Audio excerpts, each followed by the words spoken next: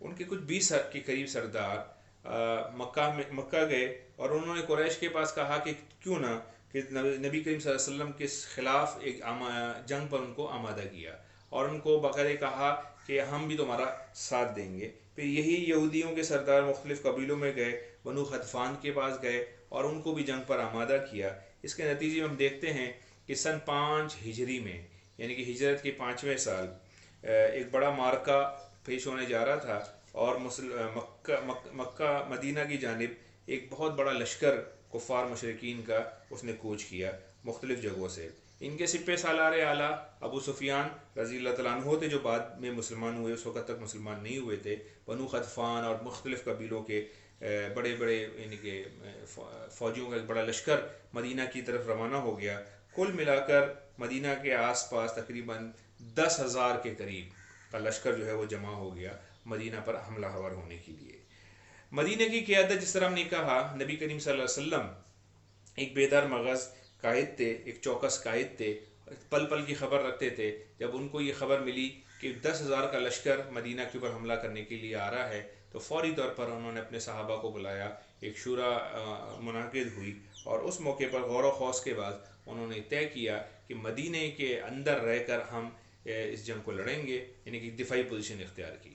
یہاں حضرت سلمان فارسی رضی اللہ تعالیٰ عنہ انہوں نے ایک تجویز کی کہ جب بھی اس طرح کی بڑی فوج، چونکہ ان کا تعلق ایران فارس سے تھا، اسی وجہ سے فارسی کہلاتے تھے، جب بھی اس طرح کی فوج حملہ آور ہوتی تھی تو ہم شہر کے ارد گرد ایک خندق، ٹرینچ یعنی خندق کھود دیا کرتے تھے، اور وہ خندق اچھی خاصی گہری بھی ہوتی تھی اور چوڑی بھی ہوتی تھی۔ نبی کریم صلی اللہ علیہ وسلم نے ان کی اس تجویز کو قبول کیا اور فوری طور پر صحابہ کو حکم دیا کہ خندق کھودنے کے لیے تیار ہو جائیں۔ پھر آپ صلی اللہ علیہ وسلم نے خود بھی پوری محنت اور دل جمی کے ساتھ خندق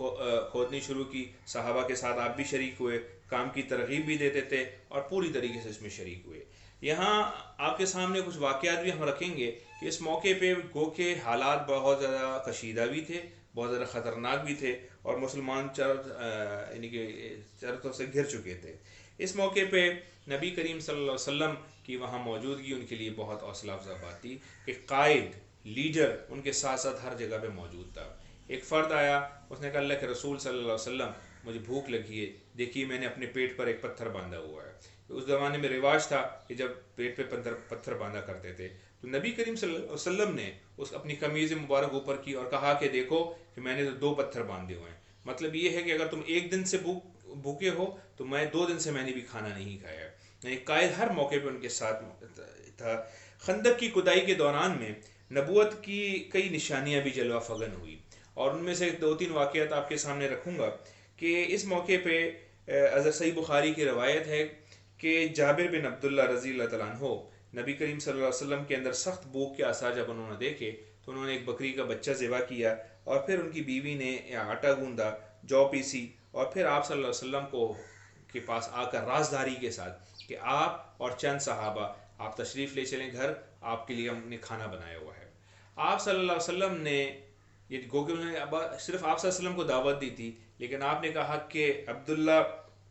جابر بن عبداللہ نے ہم سب کی دعوت کی ہے، اور پھر آپ صلی اللہ علیہ وسلم تمام اہل خندق جن کی تعداد 1,000 تھی اس کو ہمراہ لے کر جابر بن عبداللہ کے گھر گئے، اور سب لوگوں نے کھانے سے شکم سیر ہو کر کھایا۔ یہ اللہ کے رسول صلی اللہ علیہ وسلم کا ایک معجزہ تھا، یہ ایک اس موقع پر آپ سمجھ لیں کہ نشانی تھی جو اس موقع پہ جلوہ فگن ہوئی کہ آپ صلی اللہ علیہ وسلم اپنے ہاتھ لیاب دہن مبارک اس آنڈی کے اندر ڈالی گوشت کی، اور آپ صلی اللہ علیہ وسلم نے باقاعدہ اس آٹے کے اندر برکت والا اپنا ہاتھ شامل کیا، اور پھر اس میں اتنی برکت ہوئی کہ 1,000 کے لشکر نے شکم سیر ہو کر کھانا کھایا ہے۔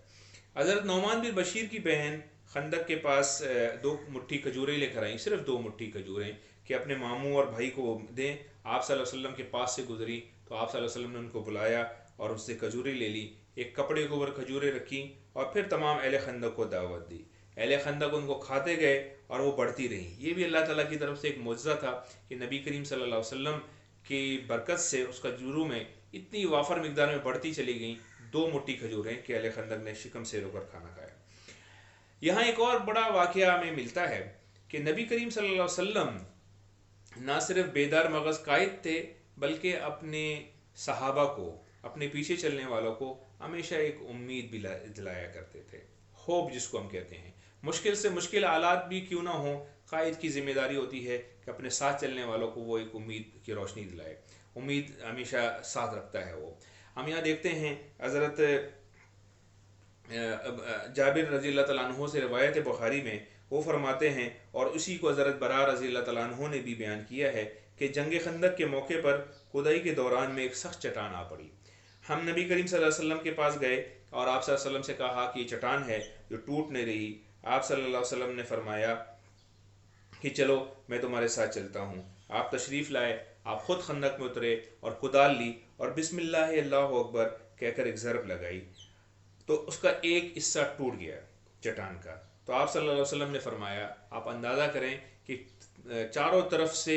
کفار مشرکین کا ایک بڑا لشکر ہے، 10,000 کا لشکر ہے، لیکن اس موقع پہ بھی آپ صلی اللہ علیہ وسلم اپنی قوم کو ایک پیشن گوئی دے رہے ہیں، ایک خوشخبری دے رہے ہیں۔ آپ صلی اللہ علیہ وسلم نے فرمایا کہ مجھے ملک شام کی کنجیاں دی گئیں اور واللہ میں اس وقت وہاں کے سرخ محلوں کو دیکھ رہا ہوں۔ پھر دوسری ضرب لگائی تو ایک دوسرا ٹکڑا کٹ گیا اور پھر آپ نے فرمایا اللہ اکبر، مجھے فارس دیا گیا، واللہ میں اس وقت مدائن کا سفید محل دیکھ رہا ہوں۔ پھر تیسری ضرب لگائی اور فرمایا بسم اللہ، تو باقی ماندہ چٹان بھی کٹ گئی، اور پھر آپ صلی اللہ علیہ وسلم نے فرمایا اللہ اکبر، مجھے یمن کی کنجیاں دی گئیں، واللہ میں اس وقت اپنی اس جگہ سے سنہا کے پھاٹک دیکھ رہا ہوں۔ ناظرین کرام، یہ وہ قیادت تھی کہ جو اپنے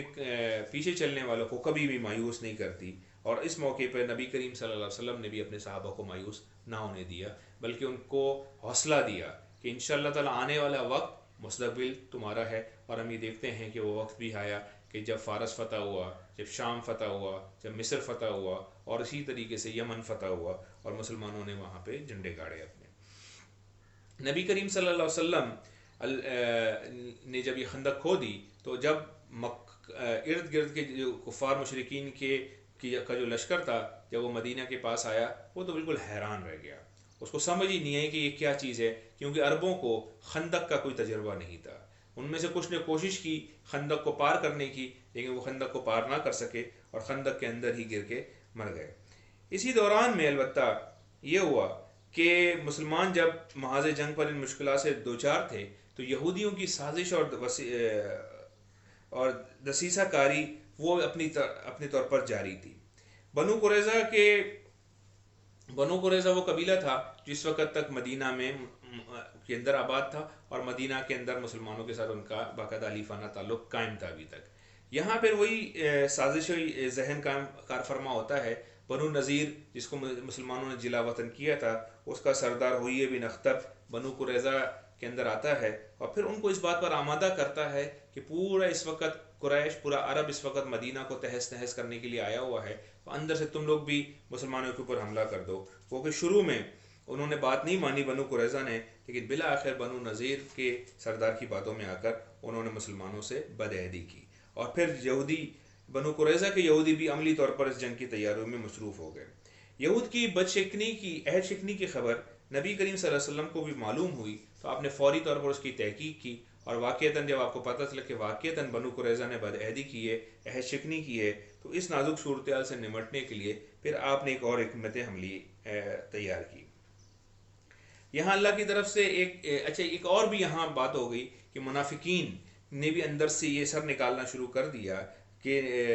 وہ کہنے لگے کہ ہم سے تو وعدہ کیا جا رہا تھا کہ شام اور کیسر و کسرا کے خزانے ہمارے پاس آئیں گے، اور یہاں صورتحال یہ ہے کہ ہم رفع حاجت کے لیے بھی نہیں جا سکتے، یعنی کہ مسلمانوں کے اندر بددلی پھیلانے کی انہوں نے بھی کوشش کی۔ یہاں بنو خطفان کے ایک صاحب تھے جن کا نام نعیم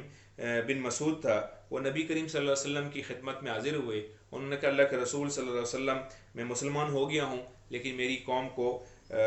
اس کا علم نہیں ہے، لہٰذا مجھے بتائیے میں اگر کوئی خدمت انجام دے سکتا ہوں۔ تو آپ صلی اللہ علیہ وسلم نے فرمایا کہ تم فقط ایک آدمی ہو، کوئی فوجی اقدام تو نہیں کر سکتے، البتہ جس قدر ممکن ہو ان کی حوصلہ شکنی کرو، یعنی کسی طریقے سے کوئی ایسی چال چلو کہ ان کے حوصلے ٹوٹ جائیں، کیونکہ جنگ تو حکمت عملی کا نام ہے، آپ صلی اللہ علیہ وسلم نے فرمایا۔ اس کے بعد نعیم بن عبداللہ نے ایک چال چلی، ایک تدبیر کی۔ انہوں نے کیا کیا، وہ سب سے پہلے بنو قریظہ کے پاس گئے، کیونکہ وہ جاہلیت کے زمانے میں ان کے ہاں بڑا میل جول تھا۔ وہاں پہنچ کر انہوں نے کہا کہ بھئی تم لوگ مجھے جانتے ہو، یعنی کہ اپنا اعتماد انہوں نے اعتماد کے اوپر قائم کیا، اور کہا کہ مجھے تم لوگوں سے خاص تعلق بھی ہے، اور اس طریقے سے انہوں نے کہا ایسا ہی ہے بالکل، نعیم کو کہا تو انہوں نے کہا ابھی قریش کا معاملہ یہ ہے کہ وہ باہر سے آئے ہیں، تم لوگ یہاں مدینہ میں رہ رہے ہو، یہ تمہارا اپنا علاقہ ہے، اب تم لوگوں نے محمد کے خلاف ساتھ دیا ہے۔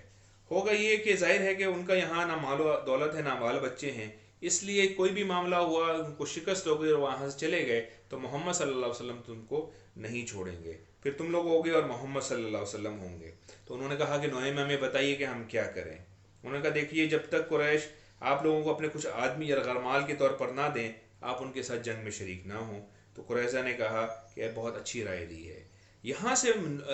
قریظہ کو یہ بات کر کے حضرت نعیم یہاں سے قریش اور غطفان کے پاس پہنچے اور وہاں کہا کہ آپ لوگوں سے مجھے محبت اور جذبہ خیر خواہی ہے، اسے آپ لوگ جانتے ہی ہیں۔ انہوں نے کہا جی ہاں۔ حضرت نعیم نے کہا اچھا تو سنیے کہ یہود نے محمد اور ان کے رفقا سے جو بد عہدی کی ہے، جو عہد شکنی کی ہے، اس پر وہ بہت نادم اور پریشان ہیں۔ اب اس کی تلافی کے لیے انہوں نے سوچا ہے کہ تم لوگوں سے، یعنی کہ وہ یہود تم لوگوں سے، قریش اور بنو غطفان سے کچھ لوگ یرغمال بنا لیں گے اور اس کو محمد صلی اللہ علیہ وسلم کے حوالے کر دیں گے، لہذا تم لوگ فوراً اسے کہو کہ وہ پہلے حملہ کریں اندر سے، پھر ہم باہر سے حملہ کریں گے۔ اس کے بعد چونکہ یہ جمعہ اور ہفتے کی درمیانی رات تھی، یہ سارا کچھ ہوا تو قریش نے اور غطفان نے یہودیوں سے کہا کہ تم لوگ حملہ کرو۔ انہوں نے کہا کہ بھئی حملہ تو ہم کریں گے لیکن چونکہ آج سنیچر یعنی ہفتے کا دن ہے اور یوم سبت ہے، یوم سبت کے دن ہم یہ کام نہیں کر سکتے، البتہ یہ ہے کہ تم اپنے کچھ سردار یا کچھ لوگ ہمیں دے دو یرغمال کے طور پر، ضمانت کے طور پر۔ ان کے کان کھڑے ہو گئے کہ نعیم نے بالکل صحیح بات کی تھی۔ انہوں نے کہا جب تک تم حملہ نہیں کرو گے ہم تمہیں اپنے لوگ نہیں دیں گے۔ اس طریقے سے بنو قریظہ کے دماغ میں یہ بات آ گئی کہ واقعی میں نعیم نے بالکل صحیح بات کی تھی۔ اس طریقے سے ان کا آپس کا جو اتحاد تھا ایک شخص کی حکمت عملی کے نتیجے میں، جس میں نبی کریم صلی اللہ علیہ وسلم نے فرمایا کہ جنگ تو حکمت عملی کا نام ہے، ان کے آپس کا اتحاد ٹوٹ گیا۔ پھر اللہ کی طرف سے بھی مدد آ گئی اور پھر مشرکین کی صفوں میں پھوٹ پڑ گئی، ان کے اندر بددلی پھیل گئی، پست ہمت ہو گئے، اور پھر اللہ کی طرف سے ایک ہواؤں کا طوفان بھی آ گیا اور جس کی وجہ سے ان کے خیمے اکھڑ گئے، سخت سردی کا موسم تھا۔ یہ تقریباً 1 ماہ کا محاصرہ تھا جو انہوں نے کیا ہوا تھا مدینہ کا، لیکن یہاں پر جو شوال 5 ہجری میں واقعہ پیش آیا اس کے بعد یہ واپس چلے گئے۔ حاضرین کرام، یہ غزوہ احزاب میں اس طریقے سے نبی کریم صلی اللہ علیہ وسلم نے اپنی بیدار مغزی، ایک اچھی قائدانہ صلاحیتوں اور جنگی حکمت عملی کے نتیجے میں ایک بڑی طاقت کو، ایک بڑی فوج کو نبی کریم صلی اللہ علیہ وسلم نے اس طریقے سے شکست دی۔ گو کہ جنگ احزاب جان و مال کے نقصان کی جنگ نہ تھی، البتہ اعصاب کی ایک جنگ تھی جس میں البتہ نبی کریم صلی اللہ علیہ وسلم نے اپنی بیدار مغزی اور مضبوط اعصاب کے نتیجے میں مسلمانوں کو فتح سے ہمکنار کیا۔ اس کے بعد جو واقعات پیش آئے اس کا ہم انشاءاللہ تعالیٰ کل گفتگو کریں گے۔ اس پہ اللہ تعالیٰ سے دعا ہے کہ ہمیں عمل کی توفیق عطا فرمائے۔ آمین والحمدللہ رب العالمین۔